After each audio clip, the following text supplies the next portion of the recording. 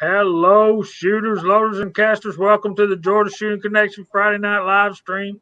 We got some good plans for y'all tonight. We hope y'all ready to settle in and have a little bit of fun as we want to go all the way back to our roots and start over with beginning reloading. We got Echo and the Bunny Man. He's kind of inspired us to do something. We got Kyle with us. We've got the domesticated foreigner, the crazy Scotsman.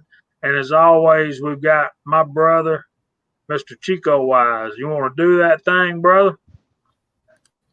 Yes, sir. Guys, thanks for joining us for another Friday night Georgia Shooting Connection. It looks like it's 28 of y'all, and that I'm expecting that number to go up, hopefully. Don't forget when you come in, hit the like button, even if you don't like it. You know what I mean? Because that helps us out. It gets us more attention on YouTube, dealing with the algorithm and all of that. So we're excited. Like I said, like Jamie told you, we're gonna go back to the beginning. So if you have comments and questions, put them in the side chat, and I'll be skimming through them, and we're gonna have a good time. So, my brother Scotsman, how you been, brother? Thanks for joining us. Doing good, man. Thank you for having me. As always a pleasure to be here. Everyone in the side chat, thank you for showing up. Again, make sure you smash that thumbs up. It is appreciated by everyone here. And ask those questions. We really want you to ask those questions. Those questions drive the chat. I know a lot of times some of you may be kind of unwilling to ask them because you think, you're kind of sitting there going, well, should I or shouldn't I? Ask, please ask. We're here to help. That's the whole point of this entire thing. Jamie, Chico, Kyle, and many others started this because of that entire reason. So ask those questions, please. We want those questions. And starting from the beginning, for example, myself, goes back to CMAX. CMAX Arms was a huge component for me in getting into reloading. And if you've never seen CMAX Arms or any of these videos, I highly encourage you to go check them out. They're still up, thankfully. And he was huge in getting me going. And I can't thank him enough. And it hits home for me real hard when it comes to that. So it's very relaxing process. But at the same time, every time I crank that handle, I'm always thinking about Chris. And I'm always thinking about everyone else who's jumped in and helped me throughout that entire period of getting into it and learning and understanding. But that being said, we'll go to Echo.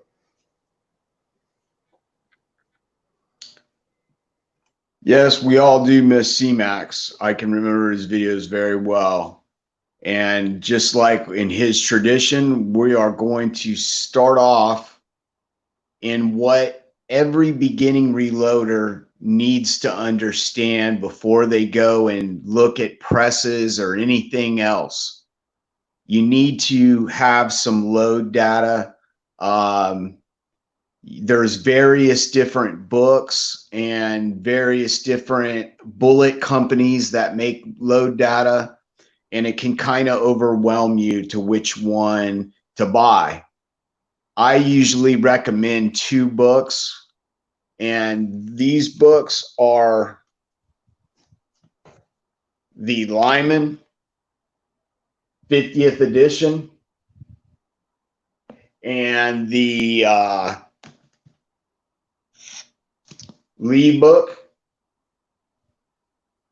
This here is the 2017. You can find these rather marked down now, or you can get the one that's 2019, I believe. It's got a little bit more load information on some of the newer cartridges.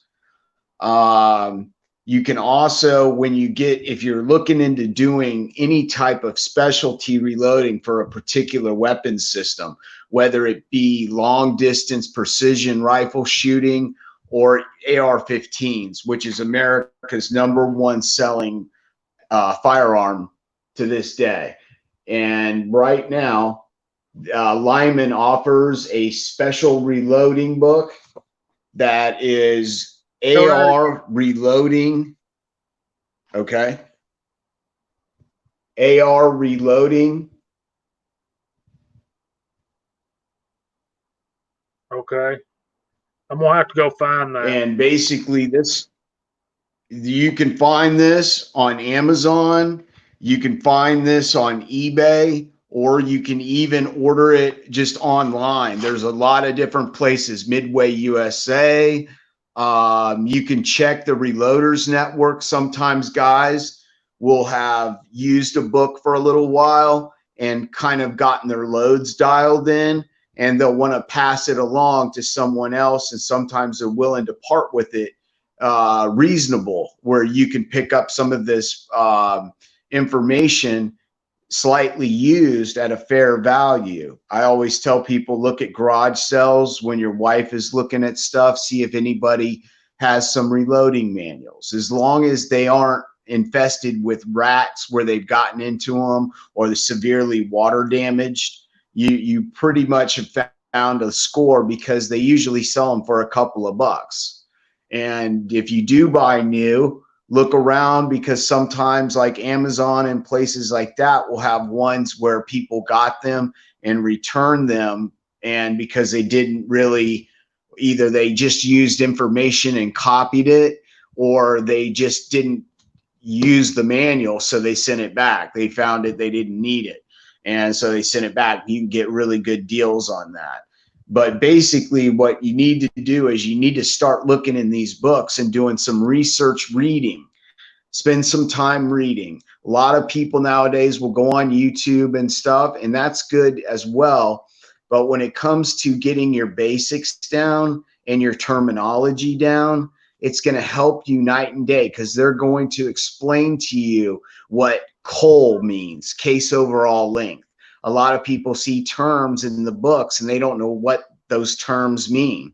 Compressed charges, and you name it, it's in these books. And they go over the terminology, the things you need to look out for each cartridge you're loading.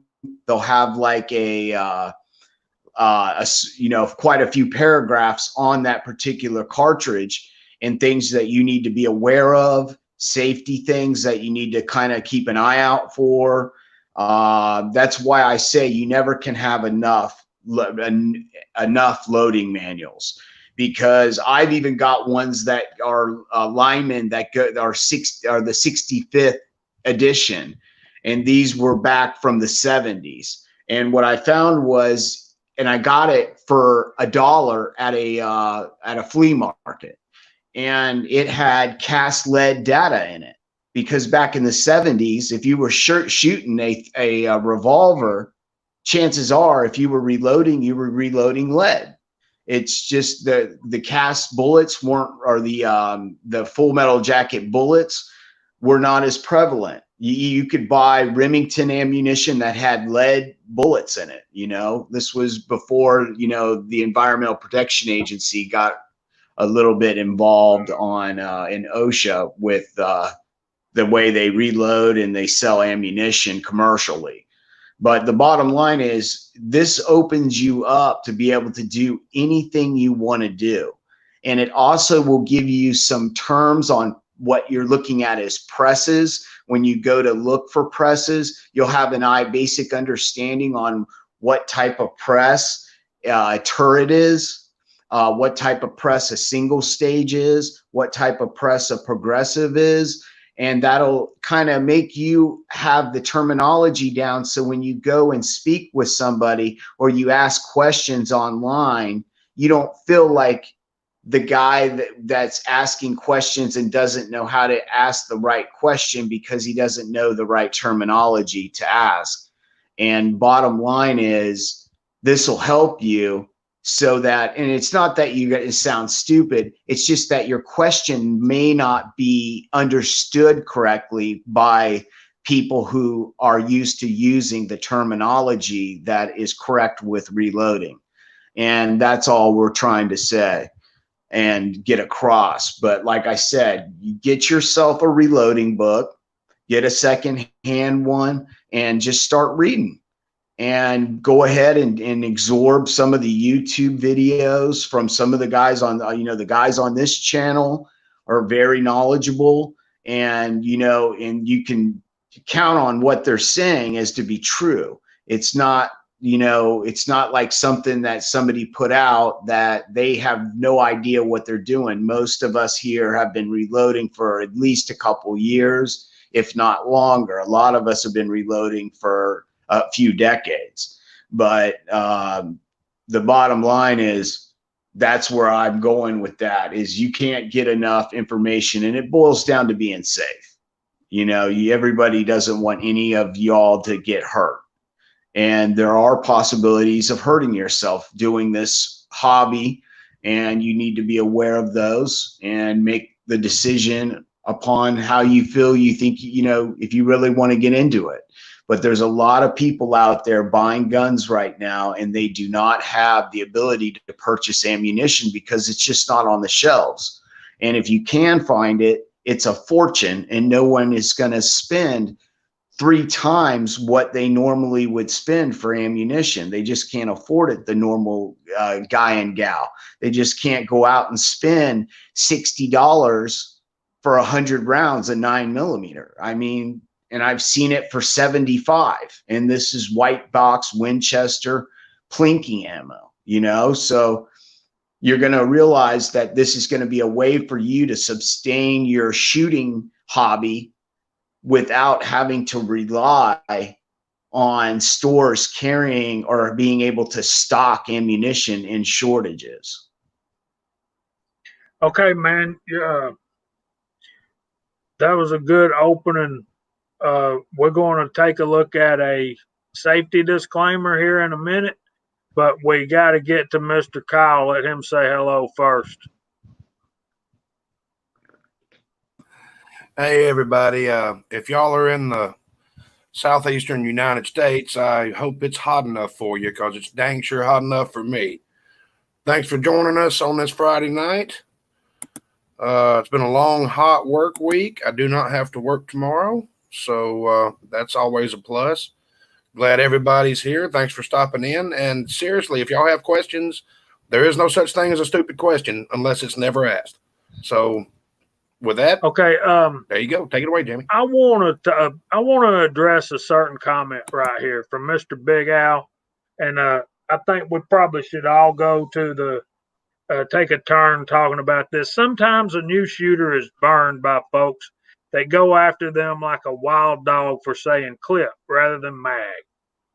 Not here, but I've seen it.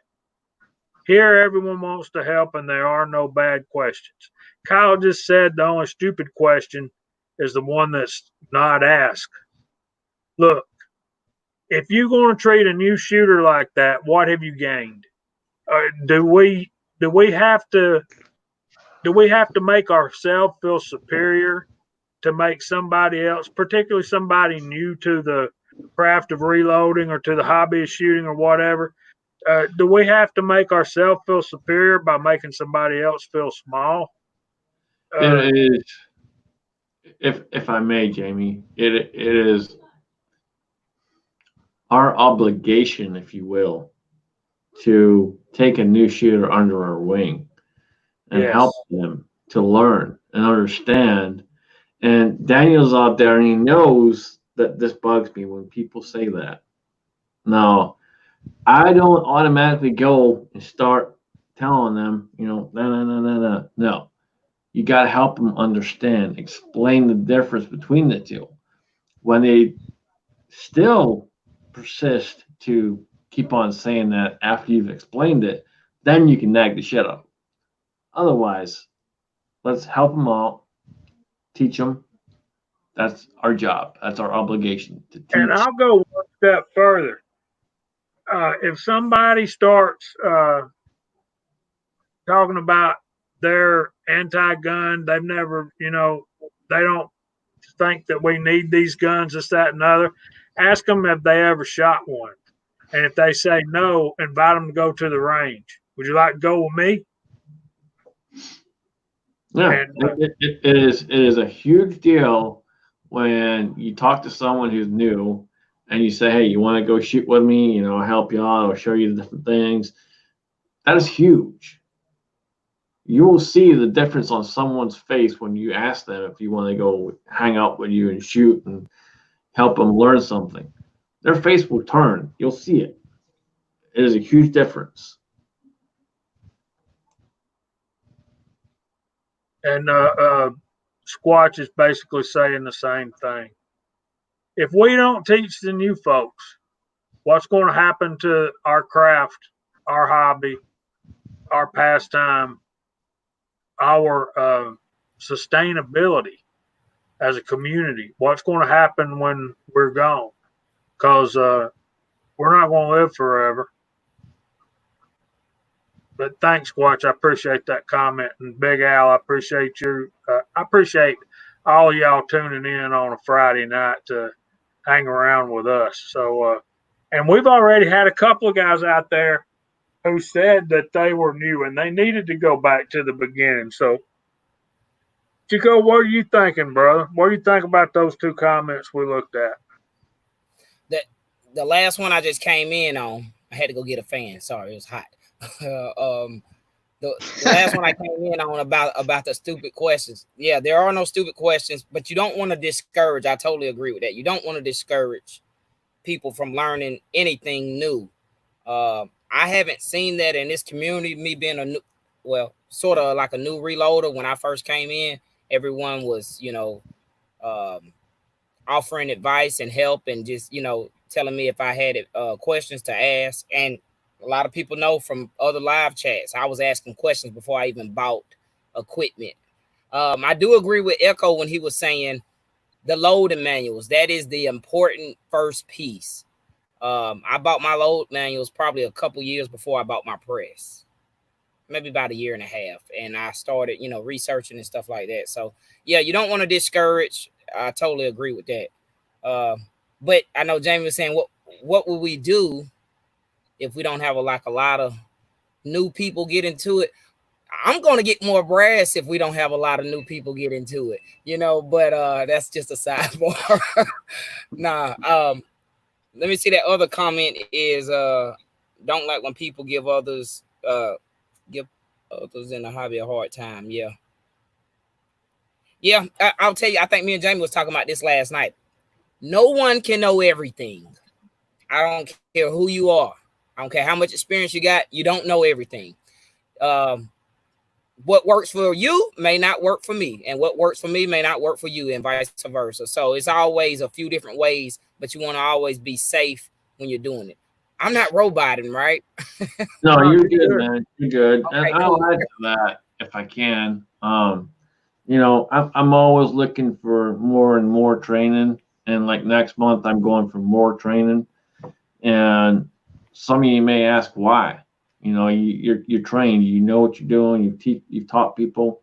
Because the more I can learn from various other people and incorporate into what I know, helps other people. It's not just, okay, I've learned enough. I'm good. I can go with what I got. No, that's not how it goes. You keep learning, you keep pushing, you keep driving, and you keep trying to add more and more to your book, if you will. This is my book of things that I know. This is the book of things that I've learned. This is the book of things that I'm keeping adding to, and I can, hey, this might be a better way, and I'll add my own thing to it, my own twist to it. You got to keep pushing and driving forward. That helps you, helps others. And in turn, everyone learns. Absolutely. And that's why we're trying to turn back and go back to the beginning. So we got a question right there. Can primer brands be substituted from what a book load data list, i.e. CCI in place of federal? Absolutely. But if you're going to, let's say you got a load worked up with CCI primers and all of a sudden you can't get CCI primers and you can get Winchester or Federal and you decide to substitute, you need to go back down to that midpoint and then start working your way up. But we don't have that far yet. But you can substitute brands, just preferably not types. If you're substituting types, you need to go all the way back to the bottom. Back to the minimum. Yeah, if you're going to substitute, like Jamie's saying, if you're just substituting one large primer, rifle primer for another, usually reduce the load by 10%. But if you're going to be going from like what I did, I was using large rifle in my 308, and then I got some match brass that had the small primer pockets. And when I called, what is that brass company? It's Starline. I called Starline. I asked them, I'm like, listen, I'm loading a pretty full charge here. And they recommended that I use a small rifle magnum primer to make sure I get full ignition of the powder and that I don't get a huge variations in velocity, which the terms would be like your standard deviation and extreme spread. And those are listed in the load manual books as well. Basically, your standard deviation is the amount of feet per second your bullet deviates from cartridge to cartridge. And then your extreme spread is your fastest cartridge out of that string of bullets you fired and the slowest. And that is the extreme spread between the fastest and slowest. And that's just a little definition for you first timers.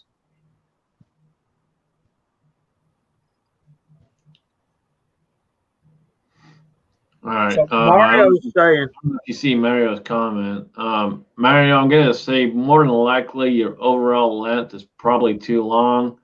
You probably didn't pull the handle all the way and seat the bullet all the way. That'd be my guess. I say that because it's happened to me many times, especially if you're using the progressive press. I know you're using the Lee press. It's still very possible to happen. You just got to take that little extra second and just make sure you pull that handle all the way. And then again, take your calipers and do the plunk test. We all try to do all the extra steps. It's still going to happen no matter what. And Fuzz says, tell the guy about using Magnum primers. In a pinch, you can use Magnum primers in place of standard primers, but you better go all the way back down to the bottom and work up slow if you want to do something like that.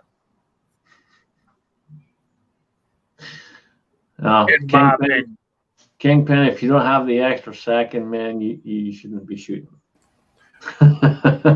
Jamie, you want to go through that disclaimer right quick? Yeah, and then we'll get see if we can get started on what we want to talk about tonight. We'll all go through and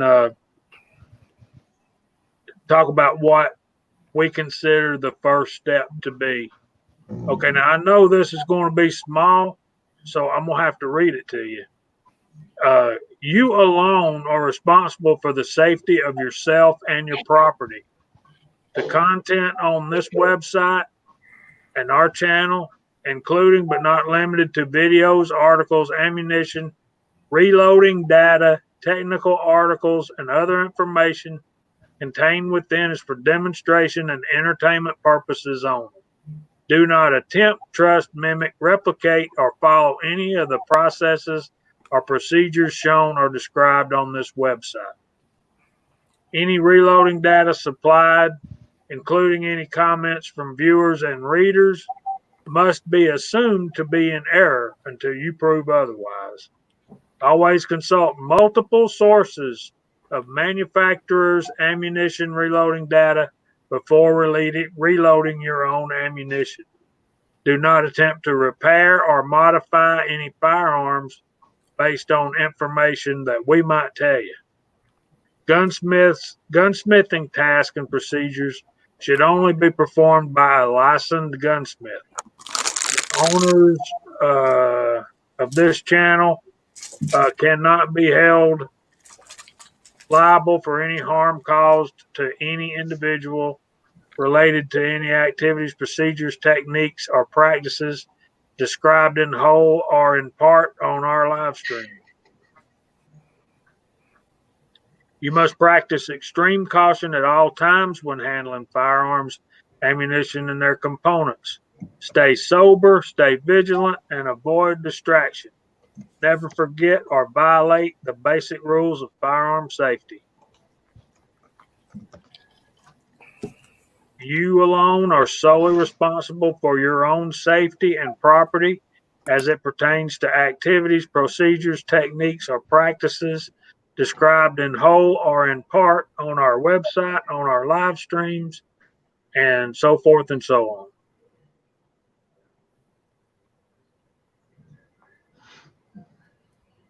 Did we cover that well enough? I think that was well said. Are y'all all asleep now? Or is there anybody still watching? I felt like I was getting read something by an attorney, but that was a very complete statement as far as a general liability release form goes. Yep, that was perfect. So with that being said, yeah, we just want everybody to stay safe out there. With that being said, Jamie, starting with yourself, obviously, what do you recommend someone starts with when reloading? Where would you start? What caliber and why? What caliber? I would recommend you start with something easy. And to me, the easiest cartridge to reload is 38 Special. But before I started reloading, before I ever bought a press, before I ever pulled a handle, I would get as many reloading manuals as I can possibly get my hands on, whether they be new, old, and different. That's what I would do, and start gathering up brass, start accumulating brass, and start accumulating reloading manuals. And for those of you that don't know, you can actually go online and start watching the Georgia Shooting Connection. For those of you that don't know, you can actually go online to, sorry, Kyle. Oh, you're good. To various powder manufacturers, and they'll have an online printable PDF format. Like I've got the Alliant complete manual. It's got all their pistols, all their rifles, every powder that they produce. And you may have to look around, make sure your boss isn't looking if you're at work, because it's going to take a whole ream of paper. And you can actually just print them right off the internet.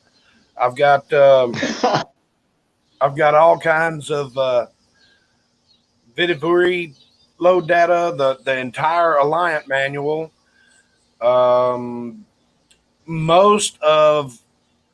Actually Hodgdon's, they put out like a magazine version of theirs, and it's extremely cheap, and you can pick it up at like Cabela's, I think is where I got mine, and it was only like $6. It doesn't have everything that the big manuals have in them, but it's got most of your really common powders, and it's a very cheap way to have another set of information to go off of.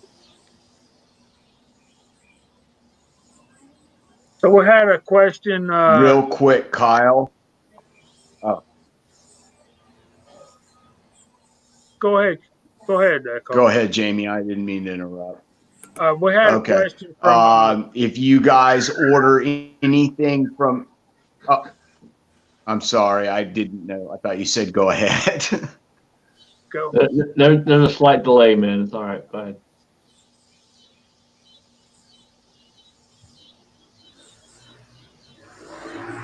Come on, Echo. Oh, okay.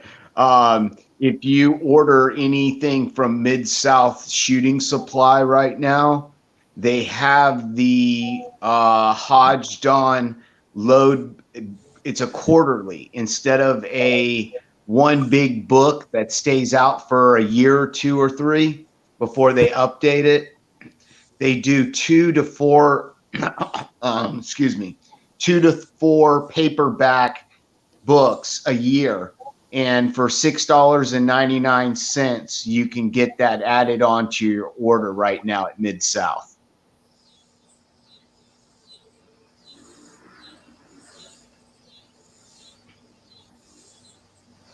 Good info right there. Hopefully that'll help someone. Yeah.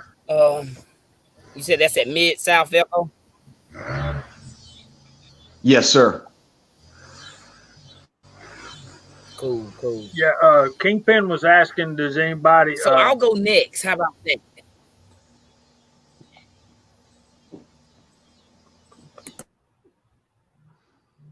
Go for it then.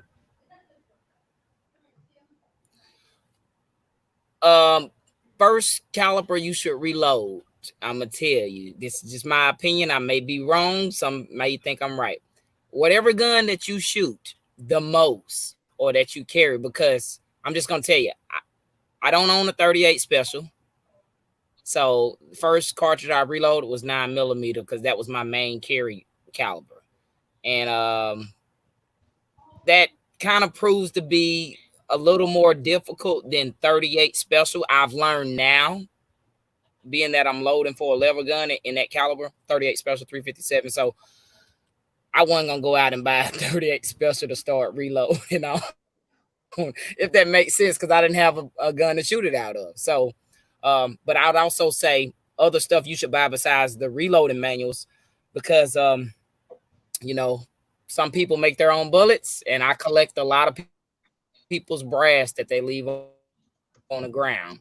One thing I do not do or cannot do is make primers. So I would highly suggest that you buy primers when you can, whenever you can. And that's just my thinking about stuff. Powder too, but primers for me is the biggest. Like if I was out of primers, I'm SOL, out of luck. So that's kind of all I got on that. I'll let somebody else go. Or no, Kingpin had a question, Jamie. He was asking, do they make semi-autos in 38 special or 357 Magnum? It seems like King Squatch said that Coonan made a 357 Magnum for a while, and he might have Desert Eagle. I was thinking Magnum Research made the Desert Eagle for a while. Yeah. I'm not sure they still make them anymore. Do y'all know? Magnum Research was sold. They were an Israeli company, and they sold it to an American company. The 50 Desert Eagle and the 44 Magnum are the only two I believe you can still get. They discontinued the 41 Magnum and the 357 Magnum, as far as I know.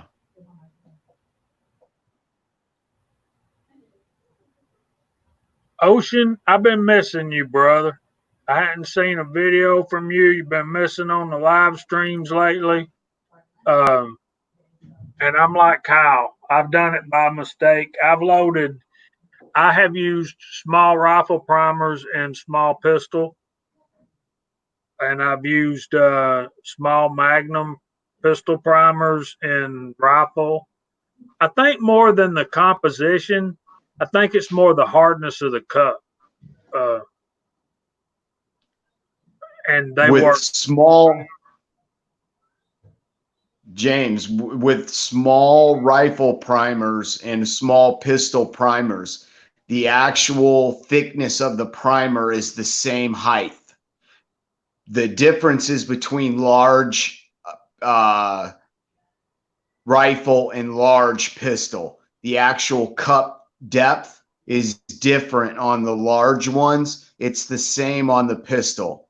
I've seen load data for 357 Remington Maximum that requires a small rifle primer, and because it gives a little bit hotter spark, because usually you're igniting more powder, and the powder isn't as easy to ignite as some of the dual base powders, and they'll call for it, and it'll be in like loads for like Encore rifles, the single shot rifles, and the handy rifles and stuff like that.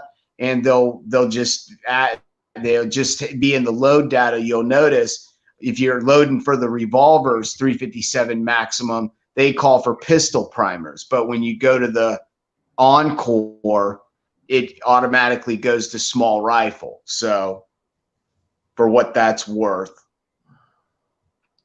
So I'll say this: when it comes to, there's a lot of comments out there about what caliber to start with and so on and so forth. I'll say this: no matter what caliber you start with, you're always going to have issues. And if you don't expect an issue, that's when you're going to screw up the most. It doesn't matter how long you've been doing it. At some point in time, you're going to forget something. It happens. Be ready for it. And when it happens, understand it, figure it out, and move on. That's the key. All right. Learn how to understand and move on. We're talking about first items to purchase if you're thinking about reloading. First is reloading manuals, and read them. There's actually, in most of the manuals, there's a lot of information in the beginning before you even get to load data that'll answer a lot of your questions. After you get a couple of different reloading manuals, have the data there for you to compare and contrast, I would say the next thing to get is a good old-fashioned mechanical scale. It will always work. It never needs batteries. What is that beep? I'm turning it off right now. It's driving me nuts. It's telling me my blood sugar is high. Oh, I would say a good mechanical scale. Then, it never needs batteries. You don't have to calibrate it. If there's nothing on it and it's at 0, it's calibrated. If not, just adjust it and make it level. It'll be fine. Ha ha ha. It'll be fine. The next thing I would do, honestly, is get a set of mechanical vernier calipers. They will always work. They never need batteries. Right now, I've got a set of calipers on my reloading bench that I haven't used in a while because I was using it for more advanced stuff with headspace and all that. But I went to measure something for a buddy of mine. He's in the side chat, Luke. I went to measure something and the batteries were dead. And it took me a minute to realize that my mechanical calipers were in the basement where I was trimming some brass. But I'd start out with everything mechanical because you can use that in the woods if you need to. It's a little bit slower, but it's not that bad. Yep, there you go. I would say that that you need to have your basic tools all mechanical before I bought anything digital. Because right now I need batteries for that set of calipers, and I don't have any. I've used them all. So I've got some on order, but they're not here. So if I didn't have a set of mechanical calipers, I could not have measured the bullets that I found last night for my buddy Luke. But eventually get around to getting a digital scale so you can compare the two powder charges and make sure they're the same. Do not trust your powder measure. If powder measures they're not a dime a dozen, but there's hundreds of them out there. A lot of them will drop very, very dependent They're steady all the time.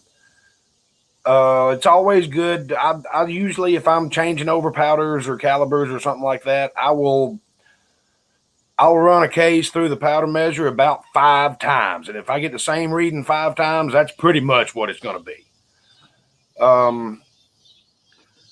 Like I said, a bunch of them. There's some that are more accurate than others, but with accuracy comes a price. If you just want to hand measure every charge, which if you're starting out, I recommend doing that.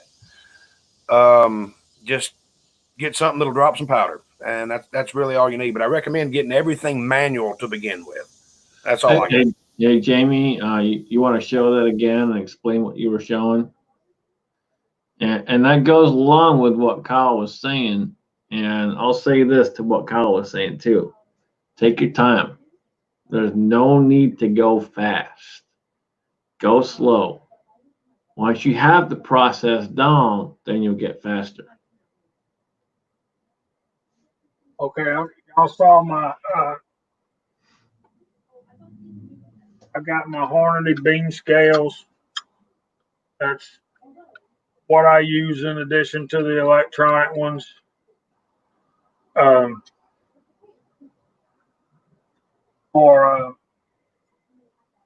have several different calipers now, but these are the ones Scotsman sent me. I treasure these.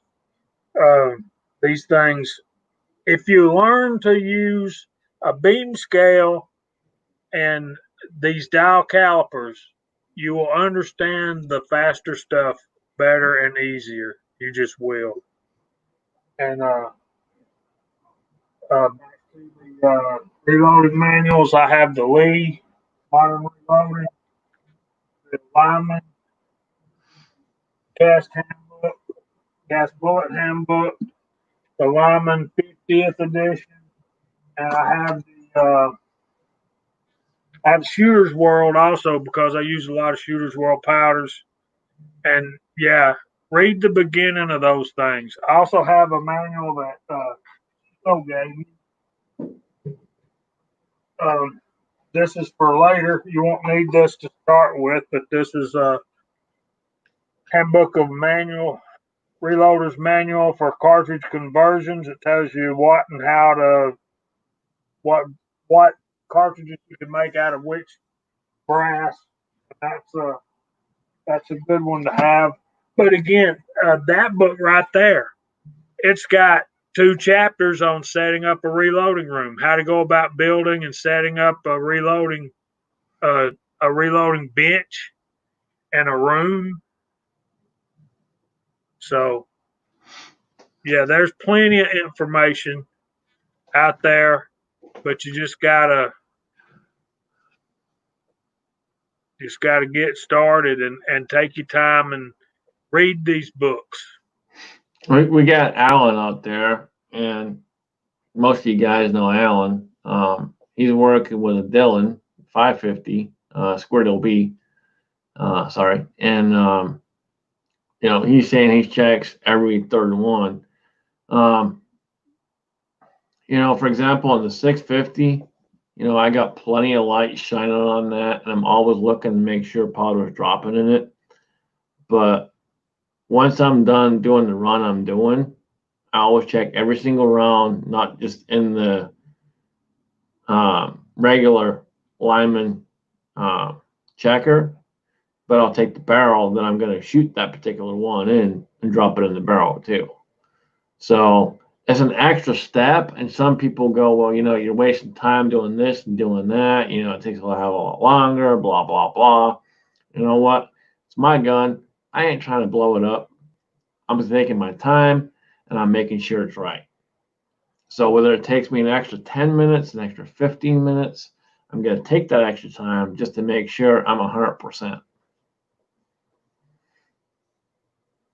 And I think as talking to people that may be out there and watching this that are looking to reload and be a new reloader, that's one of the biggest things. Take your time. Don't try to rush. Ask questions. There's plenty of us here willing to help. And again, just take that time. It doesn't hurt to take that extra minute, that extra 2 minutes, 3 minutes, whatever it may be. I get done doing 1,000 rounds on the Dillon 650, and it may take me another 45 minutes to go through and check them all. But if I don't check them all, I'm not going to shoot them. I want to make sure they're 100%.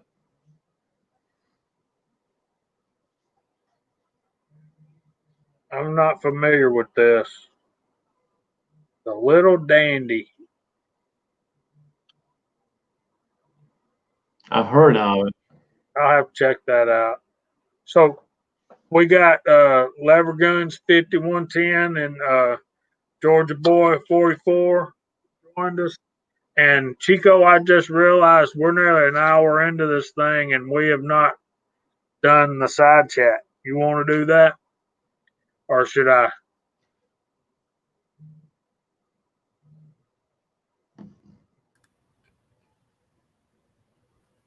No, I'll do it. Let's see if it works. I'm just gonna use my phone because when I open up another tab, it seems to slow stuff down. So let me scroll up to it's 8:50 already. Oh, it only let me scroll up to 8:30. So 8:31 is Mountain Trapper Customs. Don't think I seen you here, but thanks for joining us. Kingpin, Daniel God is my judge, Floyd Hicks, Uncle Jim, Jerry 1911, Red Raider Reloading, MCK, West Covina Dodge, Squatch Reloading, Fuzz T Fork 8, PCC Kid. He's got to be new, but thanks for joining us. GGW Reloading, Lakeview Outdoors, PC Bullet Empire, Paul Loud, Uncle Jim, Hidden Steel, CA Ocean 374, Willie Bullet Man, Eagle Eye Shooting, Single Shot, Reloader 762, Jesse B Outdoors, Allen B Pro, and more. Rebels out there under a different name. Idaho Rogers. We've got, let's see, Harms out there. Y'all check out Harm. Harm's a good dude. James Pollard. And I'm still scrolling. Bear with me. Lever Guns 50. Georgia Boy 44. Hey, brother. Mario Mosen, Big Al, Chris 338, Thoughts of an Old Soldier. Rollis is out there. I think that's it. So if I miss you, don't charge it to. Oh, I was gonna mess that up saying it. Charge to my heart, not my head, or charge to my head, not my heart. One of them. Y'all know what I'm trying to say. Thanks for joining. Alan had a question out there. He uses the ammo checker, but doesn't check it to every barrel because he shoots at multiple guns. Is that bad? No, it's not bad. But just remember, certain barrels are going to have a tighter chamber than others. So like CZ, for example, is a very tight chamber versus a Glock, which is an open chamber. So you need to kind of customize to the gun, and that's exactly why we reload. That's the entire point. Yeah, we save a little bit of money here and there, but honestly, the savings versus what we're actually doing and customizing to the gun and getting better accuracy, that kind of overtakes the whole saving money part of it. So you really gotta check it to the barrel for that particular firearm, because everyone's going to be slightly different. Yeah, and to second what Scotsman's saying, I've reloaded thousands of once fired 5.56, and I've had them go in my ammo checker and pass and stick in my barrel. And basically, you want to, it's a good way to check when you're doing a lot of ammunition, but just because a round can be resized and put in an ammo checker and pass it, maybe that was fired out of a military chambered rifle and it expanded because that chamber was super loose from full auto fire, and it will expand the brass beyond its max SAMI spec, and it will cause it, when you resize it, to want to go back to its memory of being that larger diameter, and can cause a jam in your weapon. That's just, how it is. Sometimes, that may happen. Sometimes that's why we always measure brass as well. And especially if it's been shot a couple times, I'll go ahead and mic it out and see if it's expanded way beyond a safe limit to resize and toss it. If the brass is starting to get old. You bring up an excellent point. Jamie, you want to explain SAMI spec for anyone out there that's a new reloader, what SAMI spec is?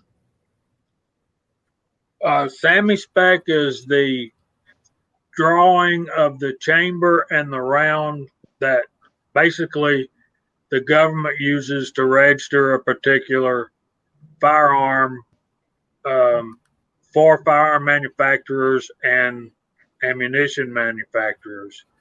Going by the SAMI specs of the drawing of the chamber and the drawing of the cartridge, theoretically you can buy any gun and then go buy any manufacturer's ammunition and it's going to fit and shoot. Now, is it going to be accurate?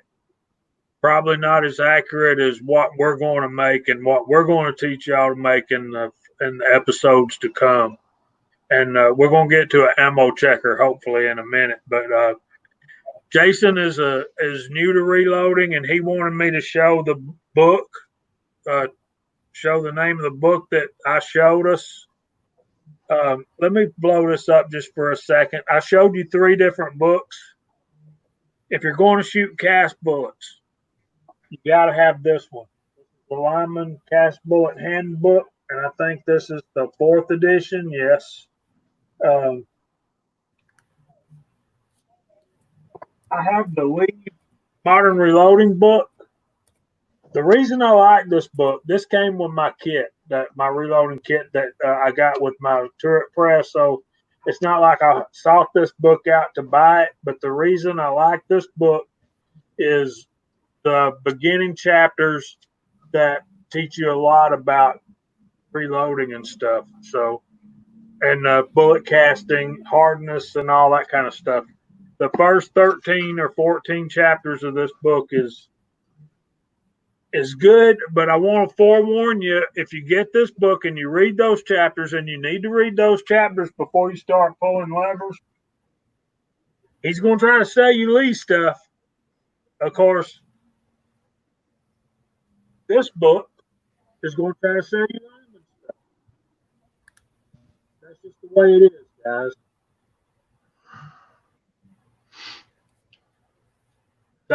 They going to promote their own stuff. This book I really like because it incorporates a lot of different manufacturers' stuff.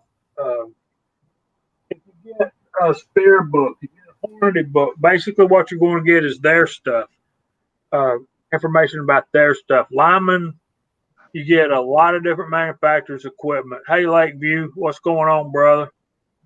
Ozark probably jumped in and jumped out. I see a lot of them telling them hey and bye.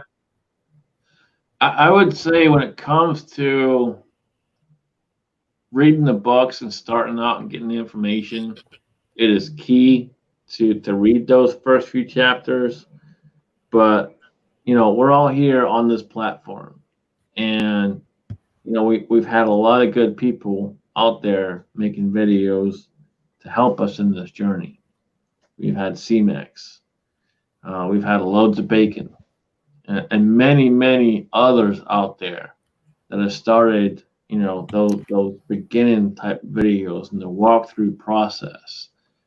And I would highly encourage people to go watch those videos. Now, as you're watching those videos, take your time, step back for a second. Don't try to do it while you're watching.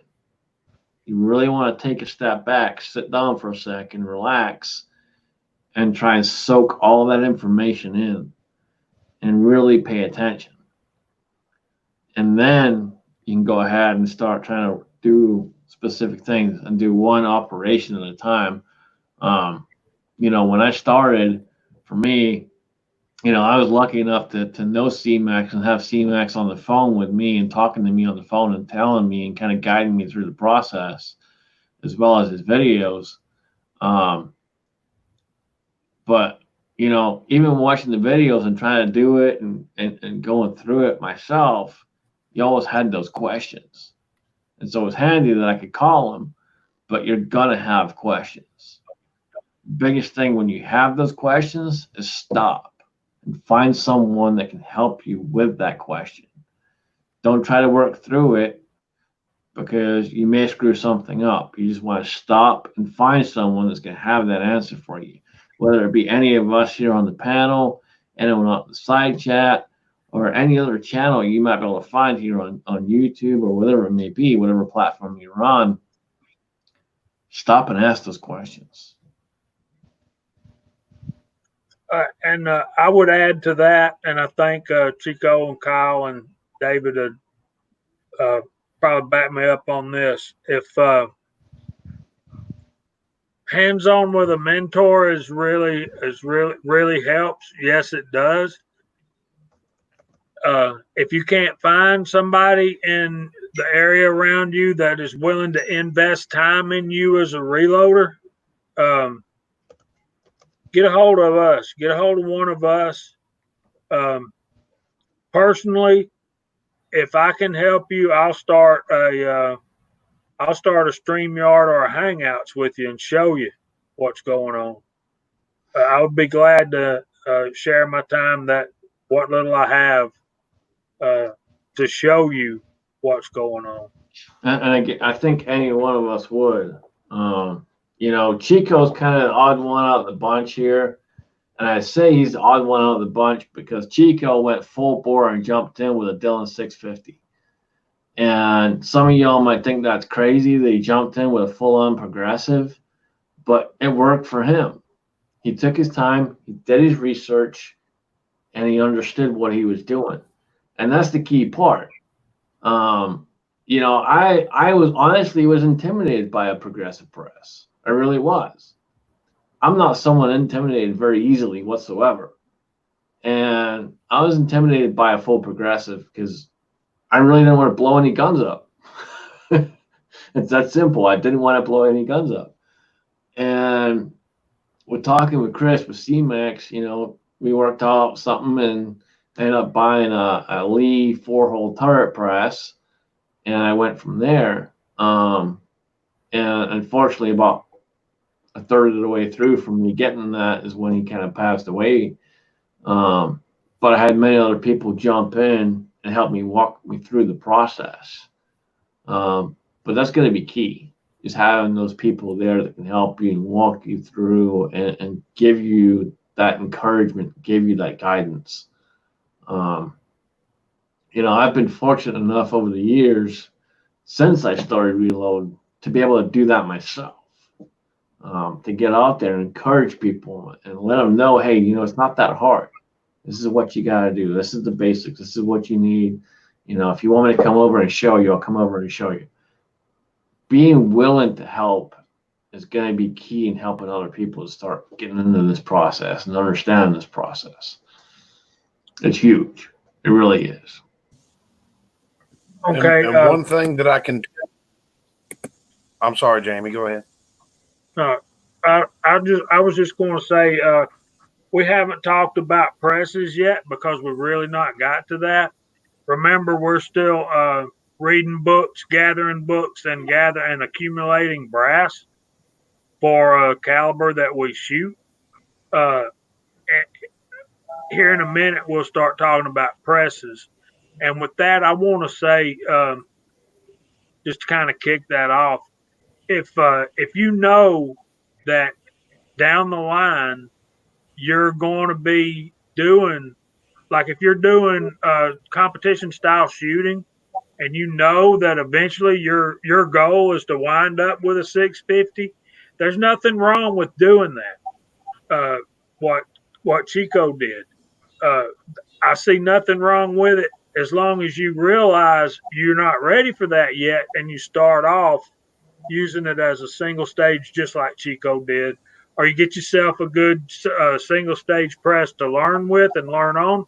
Because let me tell you, there will never be a time in your reloading life that you will not have something to use a single stage press for. Ever, never, ever.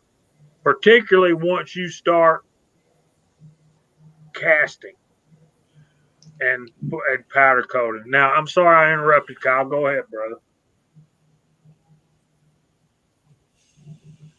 All right, thank you, sir. One thing I was going to say is, and when you make a mistake on a press, and I've seen it happen, load a 45 long coat bullet sideways, or you damage a piece of 223 brass because you got your die set up wrong.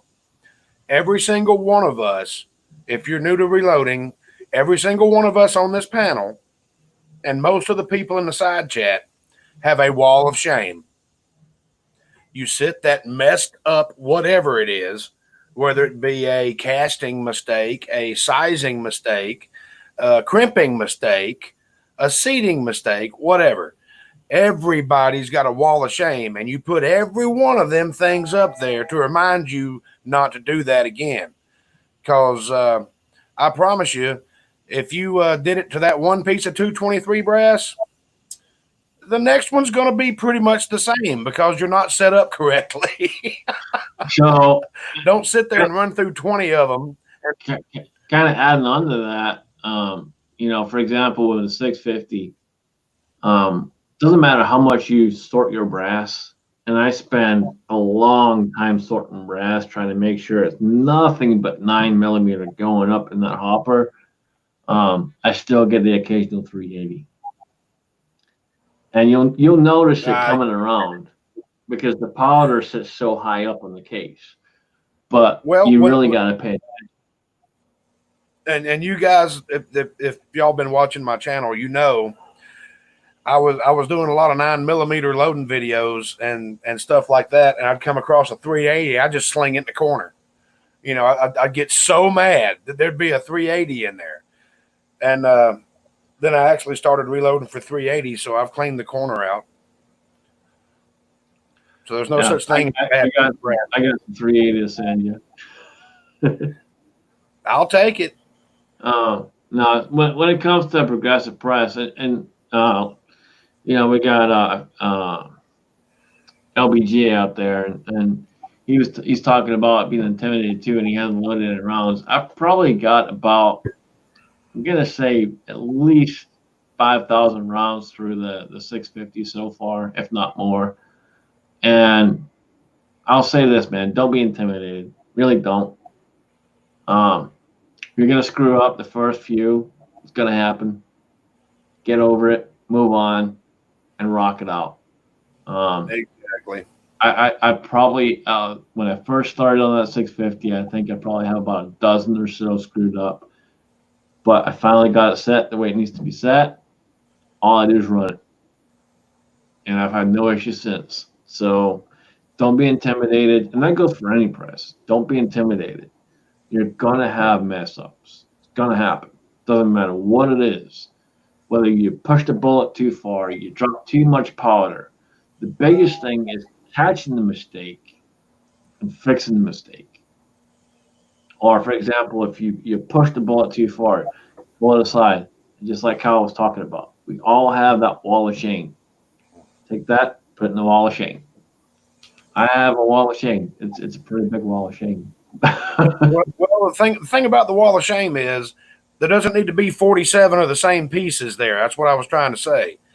You've messed it up. Figure out what's wrong with it. Like, I would show you mine, but I'm a little too embarrassed about it because there's quite a few. If you take a 223 case and you run it through your sizing die, and now it's got a 223 sized neck, but just below that it looks like a 3/8 flat washer. Your die is set up wrong. Do not run it through again. But yeah, that's the important thing is every time you make a mistake like that, you need something to where you can just look up and go, oh yeah, I need to double check that, make sure that's where it needs to be. Yeah. It's like sizing. I've got one case, only one, because I've only done it once, trying to size 45-8 or 45 long Colt through a 44 Magnum die. You talk about a messed up piece of brass. They're not the same. In my brass sorting, I had 145 long Colt in my little bin of 44 Magnums, and it looked real weird when I finally got it out of that die. So, What the hell? Did you read that? Rebel, that's the wrong kind of wall of shame, buddy. Mine's more like a shelf of shame. I got it, got them up here, and one of the things I've learned from mine, and Echo can jump in on this if he wants to. A lot of you guys already have, but I refuse to seat my bullet and crimp my case on the same operation. I'm the same way. It's got to be separate. I do on certain ones, but there's a lot that I don't. I think for disagree, but I honestly think doing everything in a single operation is better. Taking that time and just making sure it's right. I may be wrong. Jamie may be wrong, but that's how I like to do it. I think that's how he likes to do it. And, you're going to find that niche of what you like, what you don't like. And that's, everyone has the preference. Yeah. Usually if you're using full metal jacket bullets, you can get away with it sometimes, especially if you're crimping and seating like a 223 Remington round, 22 caliber boat tail. You can get away with it. Sometimes with cast bullets, I have not had any luck trying to crimp and seat at the same time. It ends up either destroying the case or shaving lead all over the place. So I would recommend that if you're first starting, you just go ahead and follow the directions on the die. Most of them will tell you to crank it down until it touches, and then back it until it touches the piece of empty brass, and then where you feel it start to crimp, and then back a full 360 degrees off of that and set it up there to start seating, and back your seating stem out and work up to your bullet depth. You don't want it to jam down all the whole way right away. You work up to it to where you're sitting about 3,000th high, and then you can go ahead and fine tune it from there depending on how your ogives on your bullets are. Okay, we're getting a lot of comments out there for the Lee factory crimp dies. Look, guys, I agree. I feel you. I love my Lee factory crimp dies. One case, one caliber I refuse to use a Lee factory crimp die is 350 Legend. Y'all know I have the 358 Eagle barrel and built a 350 Legend rifle off of that barrel. What we're talking about here is a 223 case, basically trimmed down, and we've got a 9mm bullet stuffed in that thing. And I'm talking about the 350 Legend, not the 358. All right, it's got the headspace off of the case mouth, just like this 40 caliber round right here does. It headspaces right there on that case mouth. There's a ledge in the chamber where that stops. Okay. And so if you're using a factory crimp die, Lee factory crimp die, and they call it a collet style, what you're doing is roll crimping that case mouth into that bullet. You've taken away where the round is going headspace. So if you're going to load 350 Legend, and if you're going to shoot it out of the AR platform, which is what it's designed to do, I think, you've got to crimp it, because like we'll talk about in later episodes, as Echo's joining us for the next month or two, or maybe 3, that is a violent action. You've got that bolts going back and coming forward. It's moving at breakneck speed. So you've got to crimp it. So what Lead Bullet Junkie sent me a Hornady taper crimp die for the 350 Legend, and I absolutely love it. If I had got that before I bought my Lee set of 350 Legend dies, I would have bought the whole set of Hornady dies. The only dies I have are Lee dies and RCBS dies. And as I'm progressing into trying to shoot long range with my 270, I'm starting to outshoot those Lee dies, I think.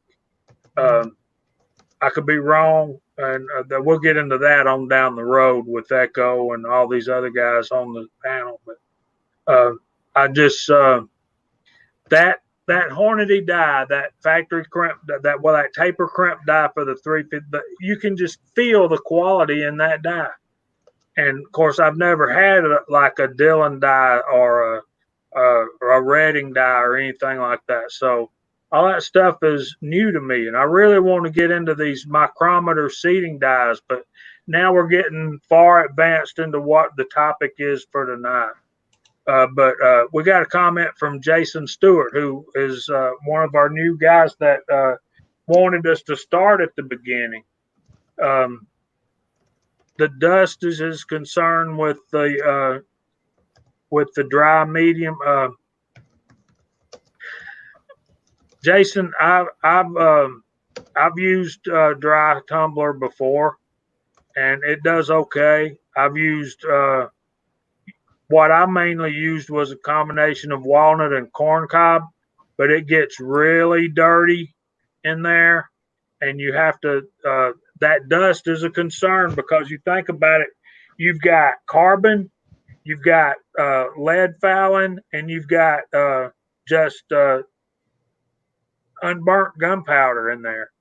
Some of it's burnt, some of it's not. So that is a concern. I don't think there's anything wrong with using the dry tumbler, as long as you understand those concerns and outfit yourself accordingly. Get yourself a dust mask or a respirator.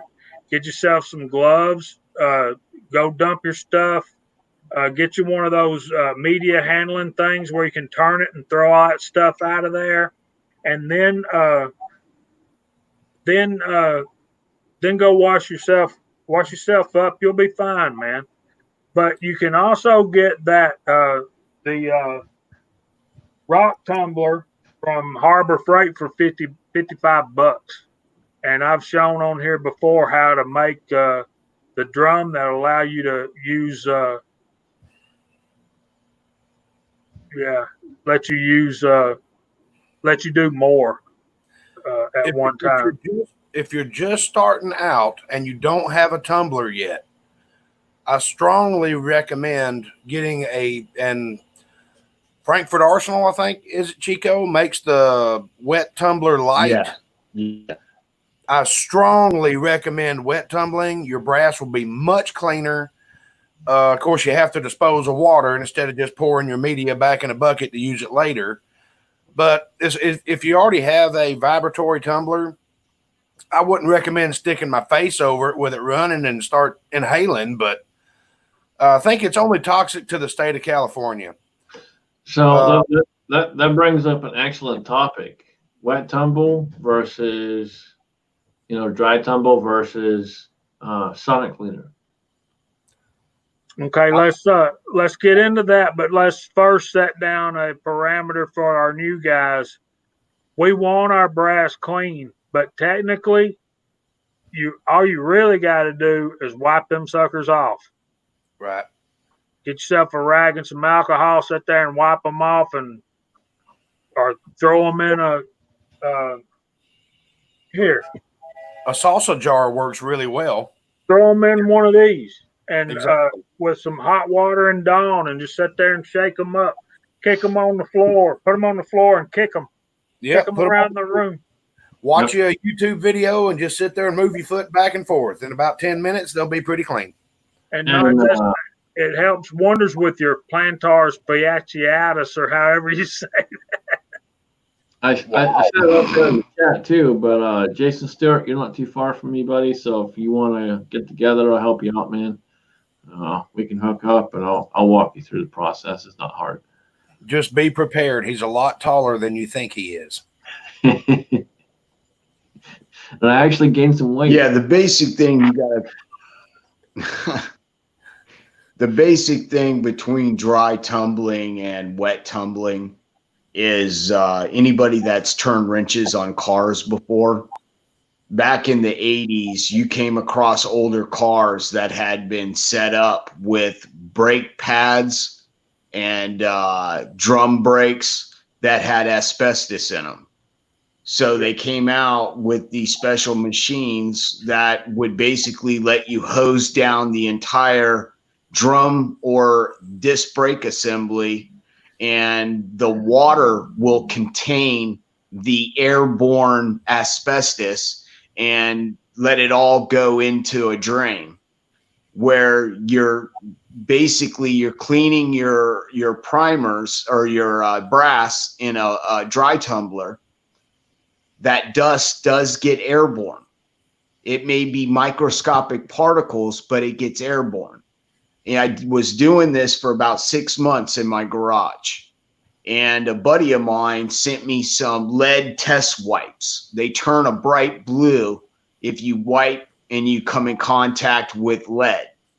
And basically they use them where he works in batteries. He makes batteries, and basically they have to make sure that they don't have lead on them when they're leaving work.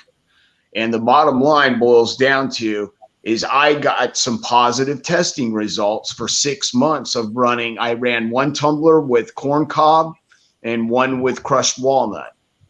And basically you've got a couple of things you got to worry about: the carbon, which contains lead in the carbon, actual lead deposits. And then you have the primer pocket. Primer pocket has got a lot of nasty stuff in it. It's actually the most hazardous part out of any of the chemicals you'll use in reloading. And that can get airborne. And you don't want to be breathing that stuff into your lungs. It will become accumulative, and it does not come back out of your body. It stays with you for life. And the thing is, when you use wet tumbler, all those nasty things are caught in that water. And so there's nothing of it coming up and getting into you unless you expose your hands and your skin to that water, which, you can put a pair of rubber gloves on or a pair of dishwashing gloves. Just make sure you don't let your wife use those to wash the dishes with. And basically you dump that stuff right down your commode or your street drain, however you want to do it, and get rid of that water, and all that contaminant stays trapped inside that water. And that is just in my book, that's safer. And it's going to get you, especially if you don't have a big driveway where you could set your tumblers out there, or a big porch on the back. If you got a garage like mine where my wife sits out there and smokes cigarettes, I don't want her out there, being exposed to 2 tumblers running, and in my opinion, the wet tumblers are a little quieter. I mean, it's not like something you're going to listen to while you're watching TV. But if you have it out in another room with the door closed, you could sit and watch TV with your wife and she's not going to yell at you and complain too much. You know what I'm saying? And that's basically the benefits of the two. Now, with the wet tumbling, you are a little bit more involved in having to separate the brass from the stainless steel media. And the dry tumbling, you can pretty much take it right out of there, separate it, and run it right into your press. It's basically, if you're going to get started, you might as well start with wet tumbling. I mean, it's in my opinion, and a lot of the guys on here have done both.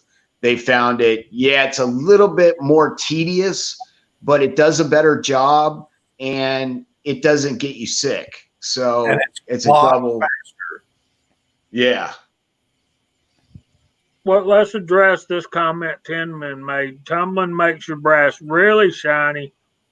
Dry tumbling makes your brass real shiny if you leave it in there overnight. So, yeah. Tinman, are you talking about with it running or just sitting in there? That's. I saw that comment. That's the point I was making.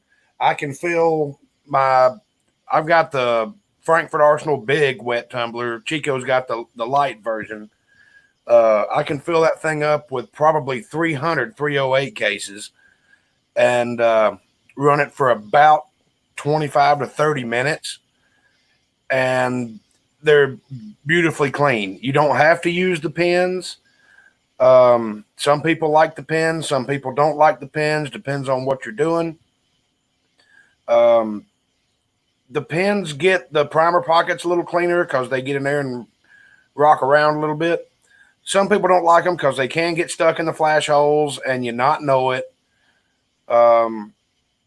Wet tumbling's easy. You fill it up, you set it over there, you go inside, start cooking dinner. By the time you're done eating dinner, you come out here, you dump it out, you rinse it in a rain barrel real quick and pour it on a towel and let it dry in the sun. Works great. After about an hour, everything's dry and it's clean as a whistle. That's what got me into wet tumbling. I've got the media separators and all that stuff for dry tumbling. I didn't like the time that it had to run to get it clean. And you can put all kinds of stuff in the media, whether it's turtle wax or media polish, or they every company makes something to put in there. I didn't like the time that it had to run. And then I ended up having to wash everything off just to get the wax and stuff. And then I had to deal with the dirty media. And I bought a wet tumbler. It was on a Black Friday sale. And I recommend, if you're buying any equipment for this, wait until around Thanksgiving because everybody's got everything on sale. I bought my Frankfurt Arsenal big wet tumbler. I think it was $45. That's why I bought it. And the only thing I use my dry tumbler for now is powder coating bullets if I'm too lazy to shake them. Yeah, Kyle. And also, if you buy, I will send you a link.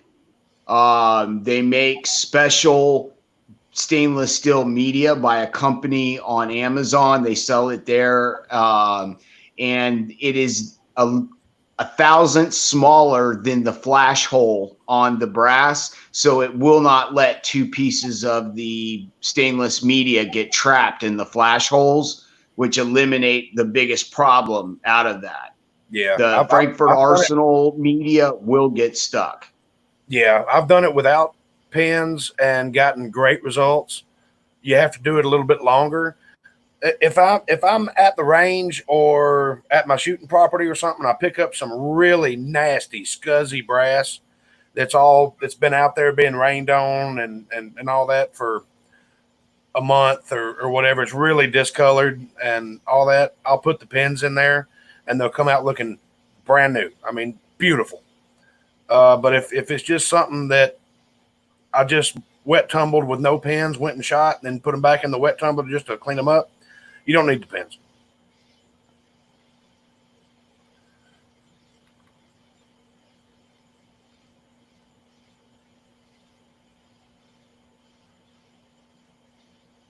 There's Texacan. Did we lose sound, or is just nobody talking? Just nobody talking. No, it's- oh, okay.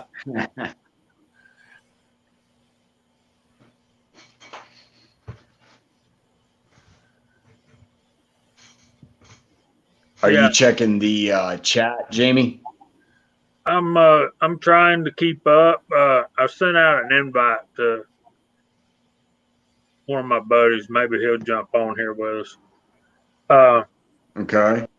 The stainless steel pins can be aggravating, but they really do a great job on the primer pockets, like Kyle said. There's Texacan. So I have some of the pins.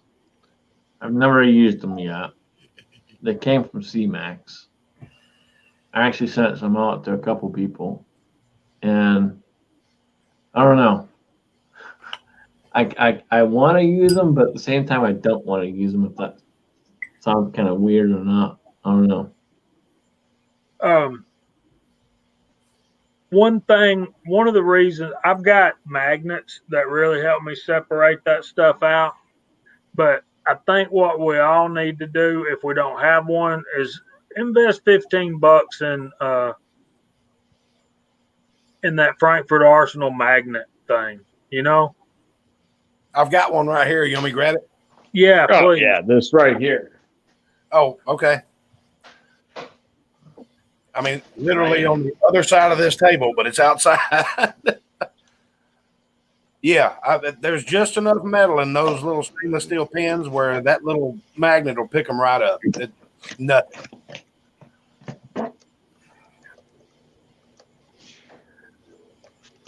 I know, Lee. I know. Thank you, sir. It already stunted my growth. So how does that how do y'all like the way that works? Beautiful. Do you have one, Chico? Oh, yeah, it works great. Me and you need to I go. don't. I'll tell you. So I use the pins, and I use. So this is how I remove my stainless steel pins. Chico, I have the Frankfurt Arsenal. I'm gonna send media you a separator. magnet, Chico. Okay, you don't have to. But let me tell you how I separate my pins. I've got the Frankfurt Arsenal media separator. And what I do, I'm not on mute, right? Okay. What I do is I fill it up with water. And when I take my brass out of my tumbler, I put it in that little egg, it's a half egg shell. I put it in there. I just pour it all in there. Now keep in mind, I've got my media separator tub filled with water.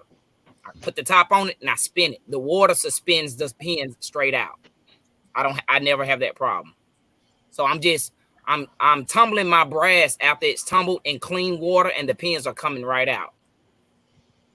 Yeah, I don't have that. That's how I do it. For the wet media. I've got it for the dry, but not the wet. I've never tried my wet tumbling in the dry media separator. Do what now? It's the same tumbler. I mean, the same media separator. Yours just got the lid, right? Yeah, it's two halves. On one lid is solid, and on the top lid it has that little it's got a screen so that you can drain through. Right. Okay. You got the one that's made for wet tumbling. I've got the 5-gallon bucket and the little. Gotcha. Yeah, you're right. Yeah, it doesn't work. Or I've never tried it. I pour it out on a towel and be done with it. Yeah, I'm gonna try that.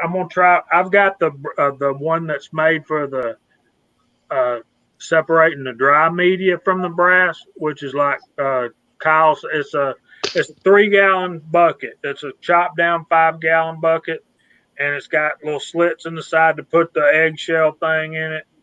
And that it's got that egg thing like that with the handle on it, and then it's got two plastic things that hook onto the bucket that come up, and then you put the lid for the bucket on top of that.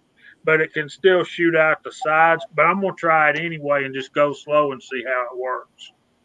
So, we got a few people out there talking about the pins and that in the media. If they get stuck, what's a good way to remove them? Minus the magnet. Take the magnet out of it. What's a good way to remove them for someone new getting into this? Helpful hint. It's very time consuming, but a Q-tip. You can wet a Q-tip, run it inside the neck of the case, pull it out, and the pins will actually stick to it. As far as the bottom, the flash hole of the primer, toothpick works great. What I do is or compressed air. Yeah, I just pick up every single case and Appalachian Reloader. I'm with you. I do 270, and that's what I'm trying to make my long range round. I just have to pick them up one by one and shake them out. But I typically do 270. I typically do small batches of those. I'm not running 100 or 200 or 300 through that cleaner at one time. And another thing about the Scotsman mentioned earlier about wet tumbling versus dry tumbling versus the sonic thing, and we're going to get to the sonic thing because I know that's what you like to do. But the Harbor Freight rock polisher that I have, I made the long tub for it out of 4-inch PVC, but I still use those two smaller black rubber tumblers that came with it because I can do like small batches of two different things at one time with those, and those are really, really cool. Lakeview, I'm using mostly Hornady bullets, the SST. One I'm fixing to try is the SST in 145 grain. So I think you'll like that. I haven't shot it yet, but the ballistic coefficient is off the chain. I don't think I've got any 145s. I got like 110s and 130s. That's screaming. Put Fuzz's comment up, please.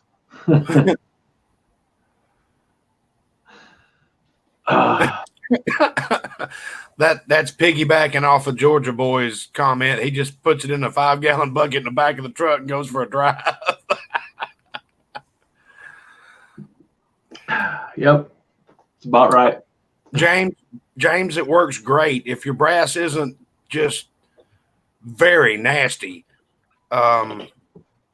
Without the pins, well, they come out looking like this. Oh, this is without pins.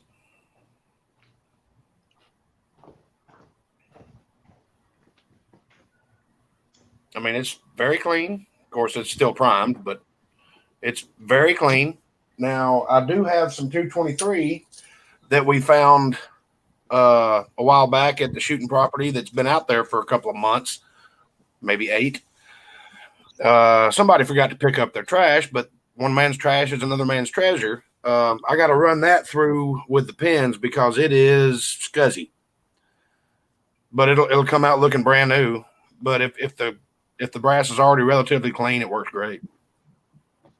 So as far as the sonic cleaner goes, it's really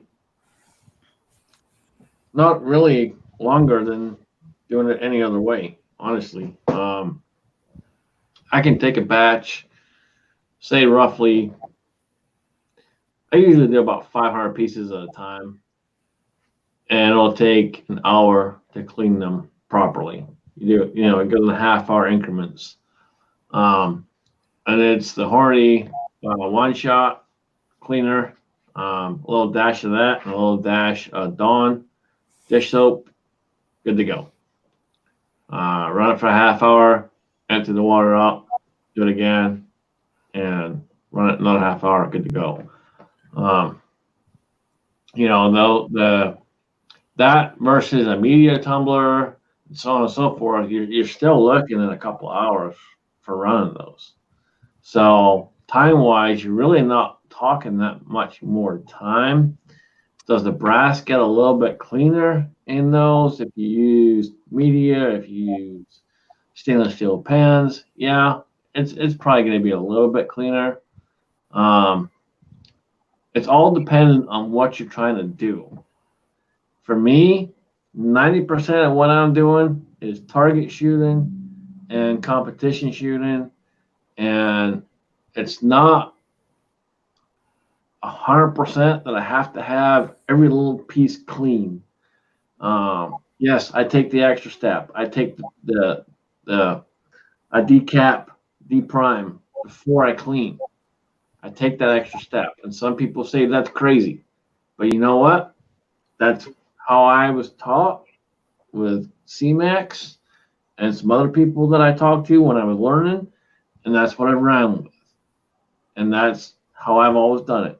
Some of y'all don't like that. It is what it is. That's how I do it. How I run it. Works fine for me. And again, you're gonna find your own niche.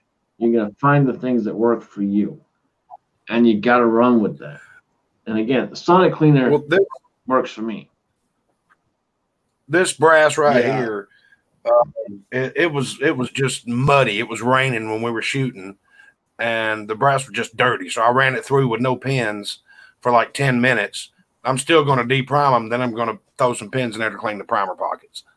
But I was just getting the nasty grime off of them first because they got rolled over on, stepped on, whatever. But there's a bunch of them there. Actually, some of them are deprimed already, but a lot of them aren't. So I'm just going to run them through the universal decap and die, and then put them back in there. Yeah, no, that's the lead that I love is that Lee Universal Decap and Die. But since I've got that, I've learned that most all the other big manufacturers make the same thing. Hold on a minute. Rebel got to go. See you, Mike. Thanks for coming in. All right, Rebel. So, Chico, it's 20 minutes till, and we've got 52 viewers watching tonight. So, you think you can do the side chat one more time? I can. I'm going to start right at the bottom and go up. So, at the very bottom, we got Jerry 1911, Tex I Can, 6-shooter Texan, James Pollard, Fuzz T Fork 8, Georgia Boy 44. That was Rebel, MCK, K24, GGW Reloading, Jesse B Outdoors, Andy 79 Z28, Uncle John, AR Gun 1776, Appalachian Reloader, Willie the Bullet Man, Reloader 762, Uncle John, Vanessa Kitty, Lakeview Outdoors, Jerry 1911. We got Floyd Hicks, Ocean 374 said good night. Thanks for joining us, brother. Let's see what else we got out there. Big E's out there. And that only went to 931.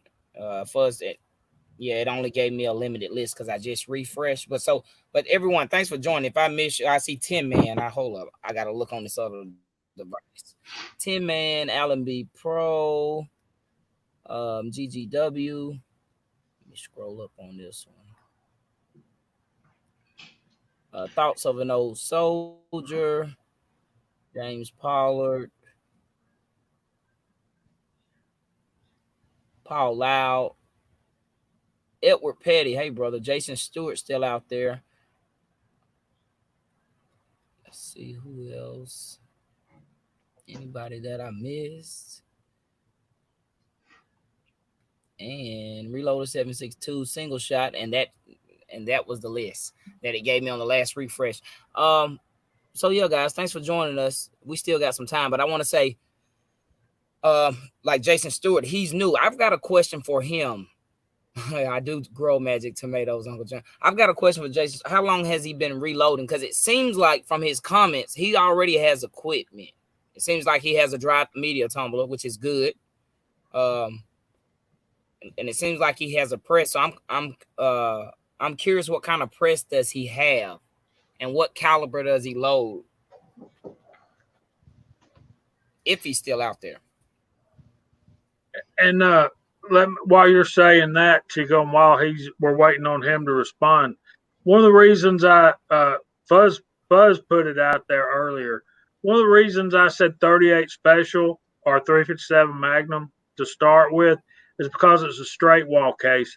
A lot of guys might want to start with 9 because they shoot 9, and that's fine. But you got to understand it's going to be just a little bit. It's going to be a little bit more persnickety than 38 special because it is a tapered case, and it is going to be difficult to get it to chamber if you don't have that round exactly. And another thing y'all were talking about, a question we had for Echo earlier was what kind of a case checker or round checker are you using? But we've already talked about the best round checker to use is the barrel you're going to be shooting those rounds out of.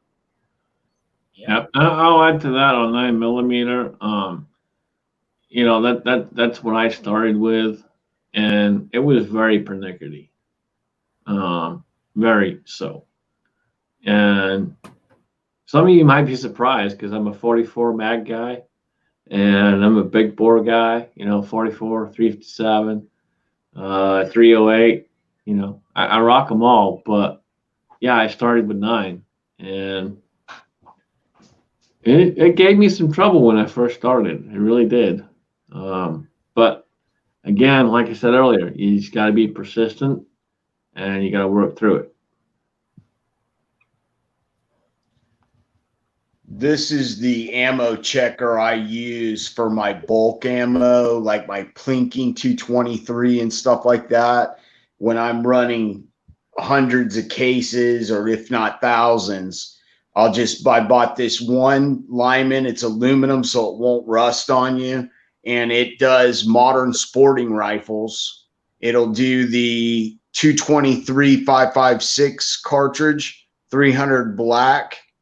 It'll do 6.5 Grindel, 450 Bushmaster, 6.8 SPC, 458 SOCOM, 7.62 by 39, and 50 Beowulf.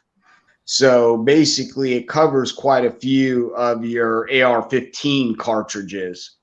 Now, I've got independent ones for your rifle cartridges, like for 4570 Government or 308 Winchester. Most of that stuff we're going to go through when we go through the loads development series on this channel. So make sure you tune in, because we're going to be covering each step of the route, what each of us use, why we use it, and basically give you our impression of how it works. That way it kind of give you a bunch of options, and you know, we'll be able to let you know where you can get the products from, where you can start looking for reloading supplies, you know, what websites are trustworthy, ones that we all use to order ammo, bullets, components, brass, primers, and things like that. We're going to go through the whole 9 yards. So, Jesse B and Echo, let me share my screen. I got the handgun version, like Jesse B said. I got this one. Yeah, I've got that one too, Jamie. That's very good. 38 Super, 40, 45 ACP, 38 357, 44 Mag Special, 9mm Luger, 45 Colt, 380 Auto. But one thing I don't like about these is they do not have rifling cut in them. That's why your barrel is the best checker you have. I also have this one, like Echo was saying, for specific rounds. This is a Lyman. This one happens to be for 223. That one's getting a little rusty in the drawer right there, but it has the step right there. If y'all can see that, can you? There you go. There you go. So yeah, this is pretty good, and it has the step on the other side as well. So you can do that, and those are great. Yeah, Jesse, it is a nice checker, but I just tend to use my barrels now. Yeah. And if you're doing 458 SOCOM, I've got one of the checkers that Tony over there uses. And basically, he takes the back ends of his barrels and he just cuts them to make the checker. And basically, it is a rifled blank that has been reamed with this 458 reamer. So, and it's cut out on the side. So when you put the completed cartridge into the checker, you will see if that bullet's going to hit on its ogive before it's fully seated into the chamber. And it lets you view where it's hitting, so that if you didn't knock the shoulder back enough, you realize, okay, the shoulder's keeping it out of the checker, and you can bump the shoulder back a little bit more and see. And they're a little bit more money, but when you're dealing with something like a 458, that's a pretty serious charge, even though it's a low pressure charge. All right, so Jason Stewart's out there, and he's talking about various other calibers. You're not too far from me, bud, so we can get together. You don't have to buy extra stuff. I already have some of the dies you're looking for. I already have some of the molds. We can get together. We can cast up some lead bullets. We can do whatever, man. I'm happy to help you out. We can figure it out. Just let me know. If I can be so bold right here, when you get together with him, y'all start with 38 357, and then do the 30-30. Do 38 before you do 9 and 45, and do 30-30 before you do 223. And just my suggestion. Nope, absolutely, man. I take it 100%, and we can learn together, man. I haven't done rifle yet. I have all the stuff. I got it all set. I just haven't done it yet. Part of that is time. And y'all know there's a lot of stuff going on right now in the country, but yeah, a lot of that's just time. But yeah, we can get together, man. We'll work it out, and let me know. Yes, Scotsman, if you want, you can even throw a hangout up for me to jump in, and I'll get on there with you too. All right. Yeah. I started reloading rifle ammunition. I didn't start with handgun because I was trying to reload for the 458 because it was bankrupting me. Yeah. So I had to go to the most expensive cartridge first. Yeah. I mean, I bought a 30-30 because I bought 30-30 ammo. I didn't have a gun yet, but I bought the ammo because I bought it on a deal. And Jamie knows. Yeah. Because I asked Jamie, hey, is this a deal? And Jamie's like, hell yeah, it's a deal. So I'm like, all right, I snapped it all up. So then I bought a 30-30. So then, of course, what's the next step? Buy the dies and so on and so forth. I've done that in multiple calibers. I bought the ammo before they bought the gun. But yeah, it's time to start reloading rifle rounds. I have all the stuff I need for 223, 6.5 Creedmoor, 308, 30-30. You name it. I mean, I've got all the stuff. I just got to do it. Yeah. Big E said he started with 308. 6-shooter Texan started with 303 British. I started with 35 Remington and 30-06. The first round I reloaded was 30-06. So you talk about, you know how nervous you are when you take that first reload out to shoot it for the first time, and you're wondering, am I going to blow my face off? But I'm telling you, man. And that's an excellent point to bring up. That is, as a new reloader, that is one thing you will always experience. And even once you become a very experienced reloader, doesn't matter how many times you've done it. Every time you get out there and it's the first time loading that particular round, you put it in the chamber and you sit there and go, "Don't blow my face up! Don't blow my face up! Don't blow my face up!" Before you pull that trigger. Chico's the world's worst at that. You can watch him when he goes to the range. Well, here's a new caliber.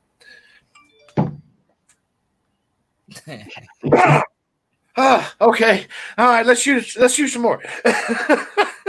What happened to David? Maybe he'll be back. There he is. Yeah, some of you guys, yeah. Pollard started with 12 gauge, and AR's gun 1776 started with 223.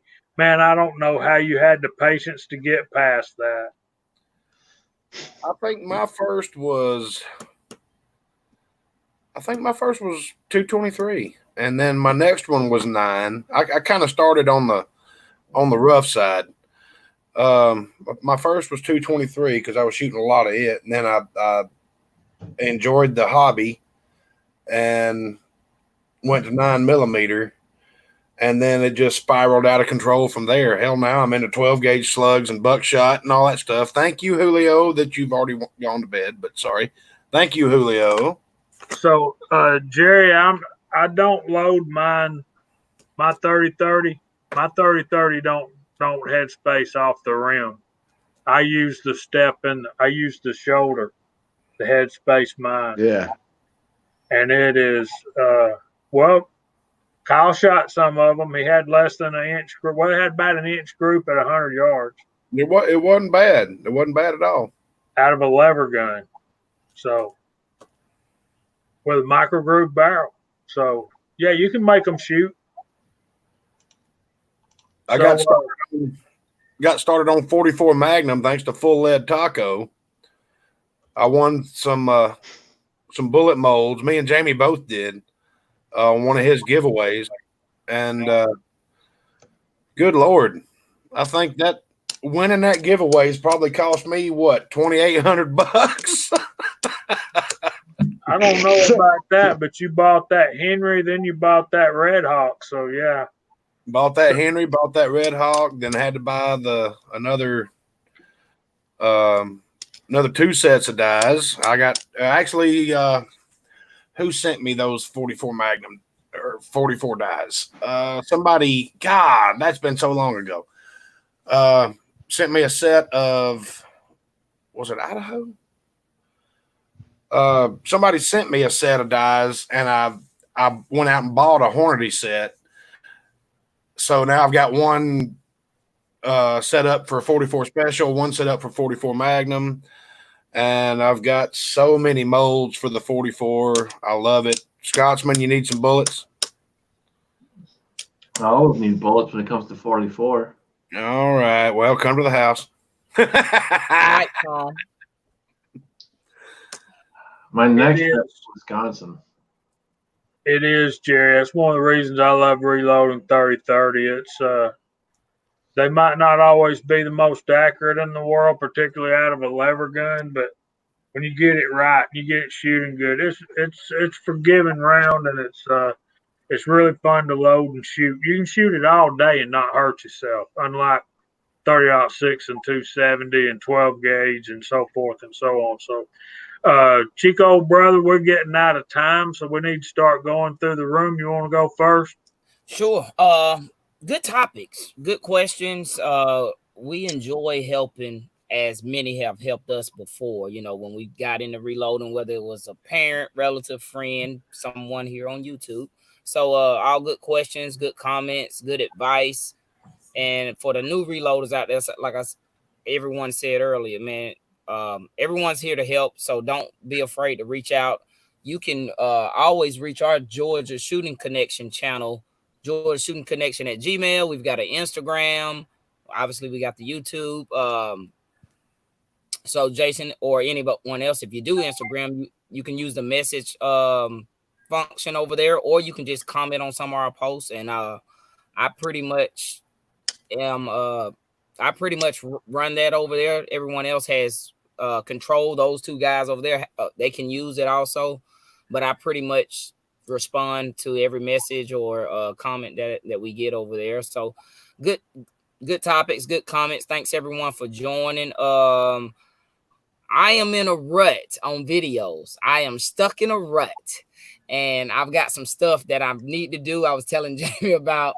I've got stuff from November that I need to do videos on, and y'all just gonna have to stay tuned. And some other stuff that hopefully will grab somebody's attention and it'll get me back going. But how the world's been going, that's why I've been working busy and not able to do videos like I used to. So thanks everyone for joining. I appreciate Echo and the Bunny Man joining us. He's gonna be with us for a minute. And yeah, thanks everyone. I'll shoot it to Echo. You want to do an outro, brother? Yes, sir. Thank you, Chico. Just wanted to thank everyone for stopping by tonight. And you're going to take a chance to watch us and learn some basics and figure out what you're going to need to get started in this hobby.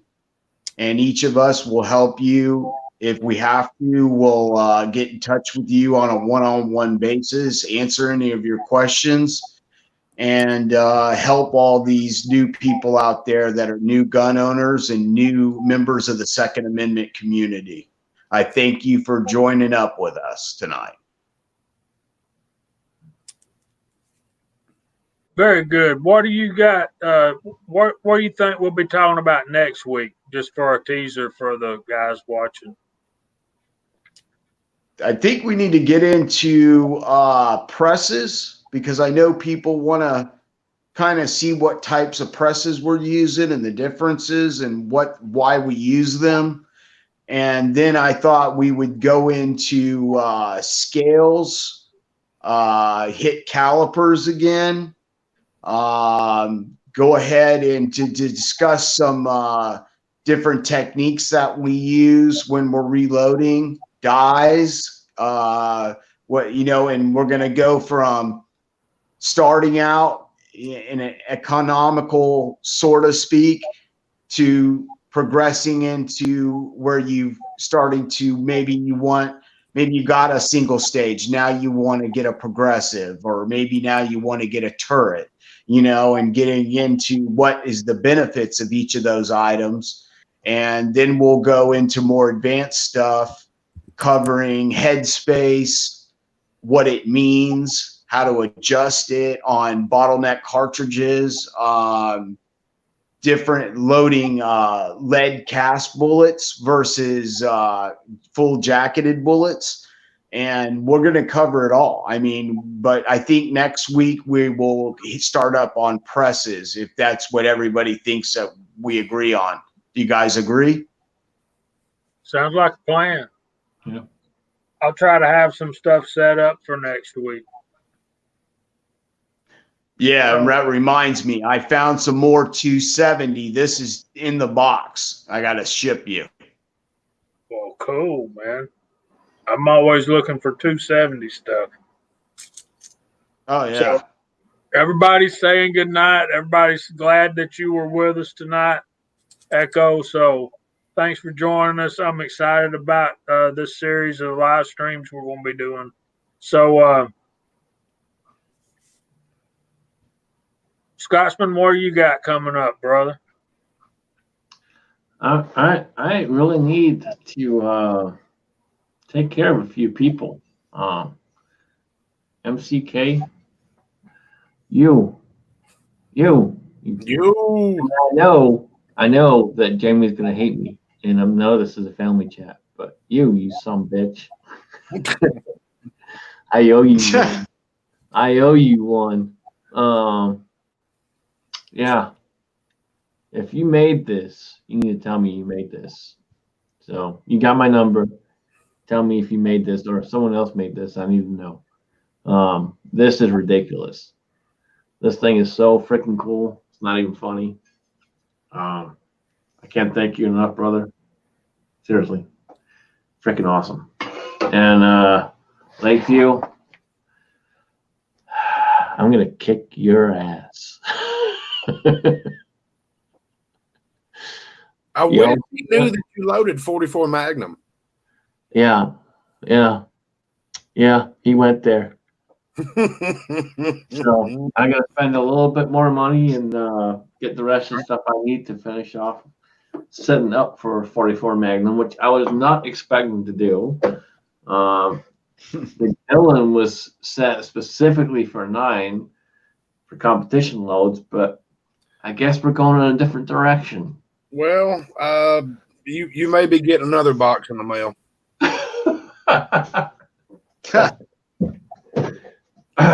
So anyway, Night, Car. I can't thank everyone enough for everything everyone has sent me. Y'all I need, love shirts. Love those shirts. Those are amazing. y'all need to stop. Don't stop. Don't stop. Get it. Don't stop. Get it. With that being said, though, no, I appreciate piece being of here. it. Always awesome to be on the chat. Seems like I've become a staple on here, and I really appreciate being here. Jamie's a staple on my chat too, and I can't thank you all enough for the support for both me, Jamie, Chico, Kyle, and everyone else. Y'all really rock it out every week. You jump in, you're in the side chat, that side chat's blowing up, and you all smash that thumbs up, and it's huge.